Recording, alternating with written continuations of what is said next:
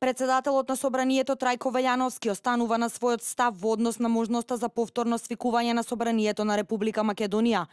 Запрашан за актуелната политичка состојба, Велјановски денеска од Рим, каде што ја предводи македонската делегација по повод честувањето на Свети Кирил, повтори дека нема уставни можности да свика седница на распуштено собрание.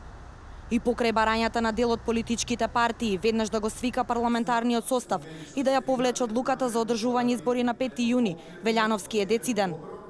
Ја следам ситуацијата во Македонија овие 2 дена. Запознат сум со случувањата и сите тие барања пред собранието и за самото собрание и би сакал да го повторам оној општ став познат што го имав досега искажано дека јас немам уставни можности да свикам седница на распуштено собрание. Тоа е основното правило на еден уставен и правен поредок, на која било држава вклучувајќи ја и Република Македонија.